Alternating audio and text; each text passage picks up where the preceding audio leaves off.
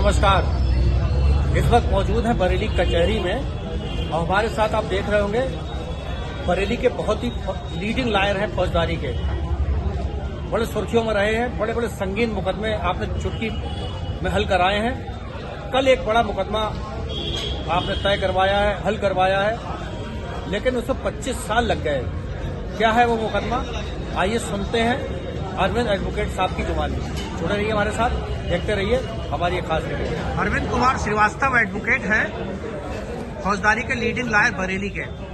Sir, क्या मामला था जैसे 25 साल बाद आपने मुलजिमों को बाइज्जत बरी कराया? ये शांति अग्रवाल ट्रस्ट है, जो रामानुज ट्रस्ट है प्रभा के सामने। वो कर अरबों की संपत्ति थी और उसमें परमानंद नाम का जो संघ का एक व्यक्ति था, उसे इन्वॉल्व किया गया। ये घटना थी 7/8/98 की। रात्रि में मर्डर हुआ, सुबह उसकी एफआईआर लिखी गई और लेटर ऑन उसमें 4 मुलजिमान बनाए गए, जो कि लास्ट सीन से, एक्स्ट्रा जुडिशियल कन्फेशन से, रिकवरी से। उसमें एक परमानंद भी था, बालजीत और परमानंद, जो बरेली में आरएसएस से बड़े संगठन से जुड़े हुए थे। उन्हें मुलजिम बनाया गया। एक संजू कालिया को बनाया गया, एक उसमें मुलजिम दुर्गपाल को बताया गया और ये बताया गया कि इन लोगों ने शांति देवी की हत्या लालच में, संपत्ति के लालच में की। उक्त मुकदमा 25 साल बाद कल पीसी सेकंड के न्यायालय से उन्हें बाइज्जत बरी किया गया।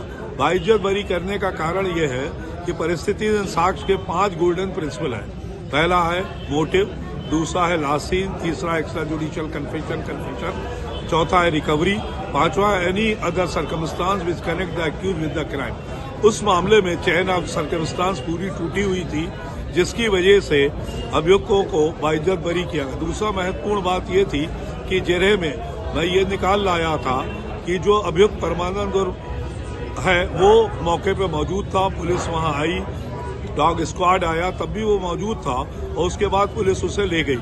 तो मैंने उच्च व उच्चतम न्यायालय की विधि व्यवस्था शांति सेठ बनाम स्टेट, सीताराम सेठ बनाम स्टेट, जिसमें कहा गया है कि अगर एक्यूज मौके पर पाया जाता है और भागता नहीं है तो वो निर्दोष होगा। इसी तरह 50 नजीरे देने के बाद 25 साल के बाद पीसी सेकंड द्वारा परिस्थिति साक्ष्य में कड़ियों की कमी की वजह से सभी को बाइज्जत बरी की। कुछ और कहना चाहेंगे? मैं ये कहना चाहूंगा कि कानून में जो देरी हो रही है, आज वो छूट गए, उसके बीवी बच्चे सब छूट चुके हैं। 25 साल बाद उसे क्या कंपनसेशन मिलेगा? तो सरकार को इस पे देखना चाहिए कि मुकदमों का निस्तारण जल्दी हो, जिसमें जो छूट जाते हैं या उन्हें कंपनसेशन दिलाने का प्रबंध किया जाए, जो कि नहीं हो रहा है। तो ये बताइए, 25 साल में उनकी पूरी जिंदगी तबाह हो गई। वो आरएसएस से जुड़ा हुआ था, अगर वो व्यक्ति रहता तो एमएलए, एमपी, मंत्री तक बनता भाजपा सरकार में। मगर ये बदनसीबी कि 25 साल तक मुलजिम रहने के बाद कल बाइज्जत बरी हुआ।